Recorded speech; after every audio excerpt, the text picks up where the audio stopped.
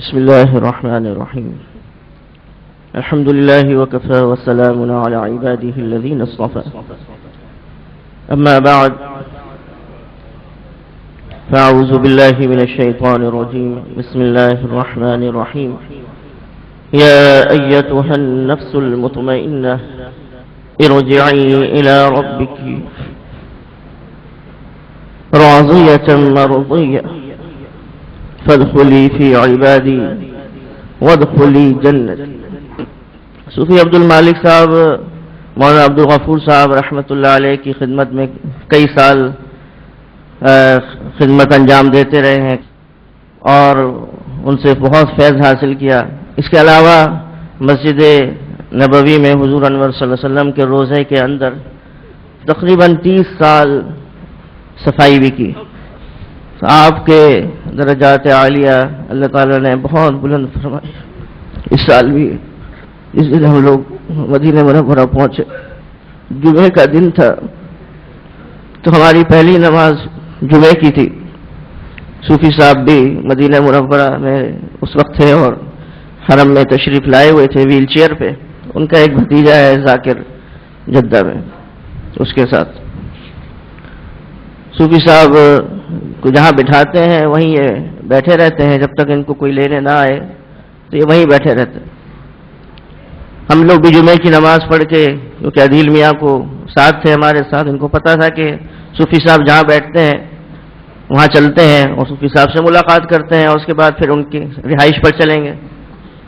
کچھ حضرات الخبر سے بھی تقریباً 8-10 افراد وہاں سے بھی آئے ہوئے تھے. صوفی صاحب کے جو بھتیجے ہیں یا عزیز ہیں جدہ والے، انہوں نے ان کو جہاں بٹھایا تھا وہ بھی ڈھونڈتے رہے. صوفی صاحب اپنی جگہ پہ نہ ملے.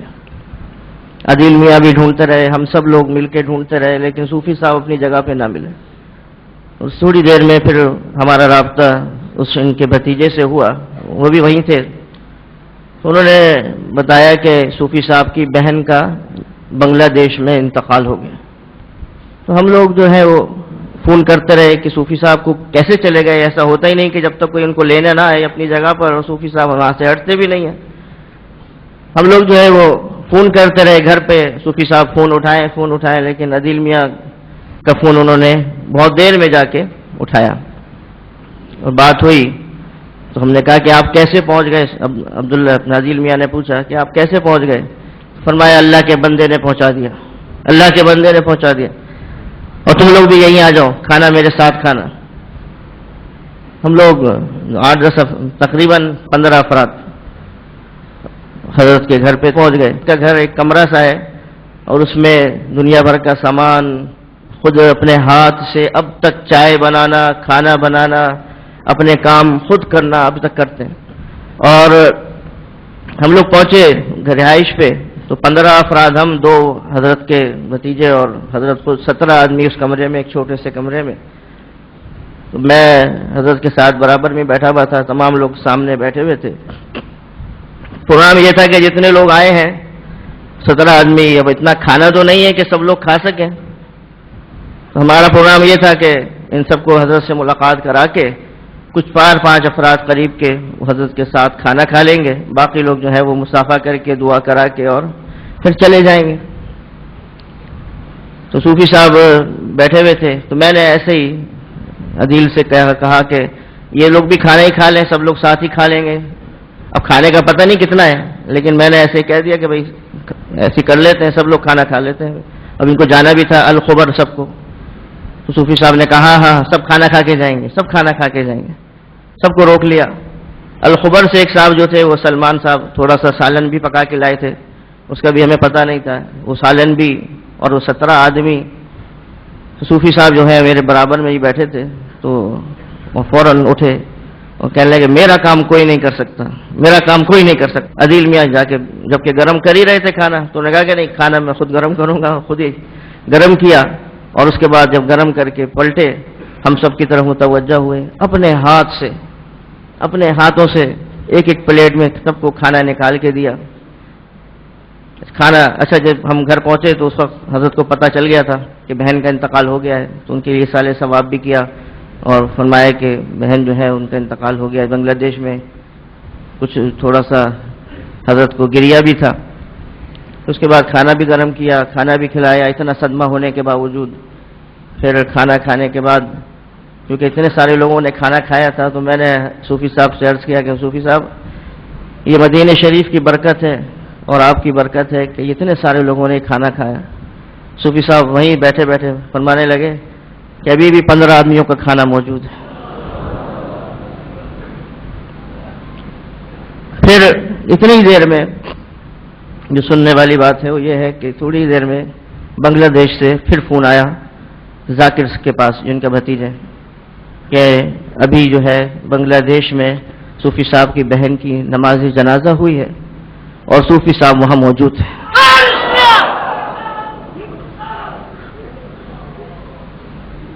تو پھر ہمیں اندازہ ہوا کہ صوفی صاحب جو ہے وہ مدینہ شریف میں اس جگہ بیٹھتے تھے, وہاں سے غائب ہو گئے اور کہنے لگے کہ اللہ کے بندے نے پہنچا دیا. ایسے ہی ایک دفعہ حرم کے باہر باب صدیق کے سامنے چھتری لگی ہے تو میں اور حضرت وہیں بیٹھے ہوئے تھے, تو مجھ سے کہنے لگے کہ مدینہ شریف میں کچھ ایسے لوگ ہیں کہ پیٹ پھٹ جائے منہ نہ کھولے, پیٹ پھٹ جائے منہ نہ کھولے. مطلب یہ ہے کہ اتنی تنگ دستی ہے لیکن اتنی خودداری ہے کہ منہ نہیں کھولتے کسی کے سامنے. اور تو آپ ان کے لیے کچھ ہو سکے تو مدد کریے گا, کسی سے کہیے گا. تو میں نے کہا انشاءاللہ جیسے کوئی کہیں سے پیسے ہوئے تو انشاءاللہ آپ کو بھیجوں گا. اتنی دیر میں صوفی صاحب عشاء کی اذان ہوئی, نماز پڑھی, نماز پڑھ کے صوفی صاحب کوئی بھتیجا جو تھا اس کے ساتھ جانے لگے اپنی رہائش پہ. تو میں چلا گیا اپنے راستے پہ بابو صدیق کی طرف ہی واپس, کو پھر وہیں سے اندر سے اپنی رہائش پہ جانے کا پروگرام تھا. تھوڑی دیر حرم میں بیٹھ کے تو جیسے میں صوفی صاحب کو فارغ کر کے اور اندر جانے لگا تو ایک بابو صدیق سے ایک شخص دوڑتا ہوا آیا, عجیب اس کی تیزی تھی, اور سیدھا میرے پاس آیا. کہنے لگا کہ میں انڈیا سے آیا ہوں. میں نے کیا ہوا؟ کہنے لگا کہ وہ کچھ پیسے ہیں میرے پاس, میں کس کو دوں, میری سمجھ میں نہیں آ رہا. میں نے کہا وہ دیکھو وہ سب جا رہے ہیں نا بزرگ, وہ دور چلے گئے تھے کافی دور. کہنے ہاں. میں نے کہا ان کے ساتھ ایک شخص لڑکا اور بھی جا رہا ہے. کہنے ہاں. میں نے کہا ان کو جا کے دے دو. وہ گیا بھاگتا ہوا اور صوفی صاحب کو جا کے اس نے وہ پیسے دیے. میں نے کہا ابھی صوفی صاحب نے مجھ سے کہا کہ ابھی پیسوں کا انتظام فوراً ہو گیا. تو وہ شخص کیسا اللہ تعالیٰ نے بندوبست کیا. تو یہ اللہ تعالیٰ کے نیک بندے ہیں کہ فرماتے تھے. ایک دفعہ ہم لوگ حرم میں بیٹھے ہوئے تھے اور یہ بات کا حضرت نے منع فرمایا تھا کہ کسی کو بتانا نہیں. تو ہم 4-5 آدمی تھے تو کہتے تھے ایک تم ہو, ایک یہ ہے, ایک یہ ہے, 4, 5, 6 اور ایک اللہ, کسی کو بتانا نہیں. تو حضرت کہنے لگے کہ تمہارے دادا یہی مدفون ہے, جنت البقیع میں مدفون ہے, ان کی نماز جنازہ یہاں ہوئی ہے. ابھی بھی کچھ دن پہلے پھر وہاں سے فون آیا کہ کہلوایا عادل میاں سے کہ ان سے کہو کہ ان کے دادا یہی ہیں اور سراج صاحب بھی یہی ہیں, سراج بھائی بھی یہی ہیں. تو بتایا کہ نماز جنازہ میں نے خود شرکت کی. مدینہ شریف میں جب نماز جنازہ ہوئی ہے تو کہنے لگے 3 جنازے آئے تھے, 2 آدمیوں کے تھے, وہ ایک عورت کا تھا اور ایک جنازہ جو سب سے قریب جو رکھا گیا تھا وہ دادا ابا کا تھا جو روزہ مبارک کے بالکل قریب تھا. تو حضرت نے بڑی ہمت کی اور اس بڑھاپے میں کمزوری میں ہماری درخواست پر تشریف لائے ہیں. تو عرض یہ ہے کہ ان کو پریشان نہ کریں. اللهم صل على سيدنا مولانا محمد اللهم صل على محمد وعلى آل محمد كما صليت على إبراهيم وعلى آل إبراهيم إنك حميد مجيد. اللهم بارك كما باركت على إبراهيم وعلى آل إبراهيم إنك حميد مجيد. يا حل المشكلات يا حل المشكلات يا شافي الأمراض يا شافي الأمراض يا مجيب الدعوات يا رب العالمين یا احکم الحاکمین یا اکرم الاکرمین یا اکرم الاکرمین یا ارحم الراحمین. یا اللہ کل مریض کو شفا دے، عافیت دے، کل مریض کو شفا دے، عافیت دے. اللہ ہم سب کو مسلمان بنا دے، اللہ ہم سب کو مسلمان بنا دے، اللہ ہم سب کو مسلمان بنا دے، ایمان نصیب فرما دے، خاتمہ ایمان کی بخش فرما دے. یا اللہ ہم سب کو حرمین شریفین کی زیارت نصیب فرما دے، ہم سب کا حرمین شریفین کی زیارت نصیب فرما دے، حضور کی اتباع غلامی نصیب فرما دے، شفاعت مصطفیٰ نصیب فرما دے، شفاعت اتباع نصیب فرما دے. یا اللہ ہمارے ڈاکٹر غلام مصطفیٰ صاحب رحمۃ اللہ علیہ ان کی درجہ بلند فرما دے، ان کی مغفرت فرما دے، ان کی سراج صاحب ان کی مغفرت فرما دے، ان کی ہمسایہ جو ہمسایہ ہے مولانا قاسم ان کی مغفرت فرما دے.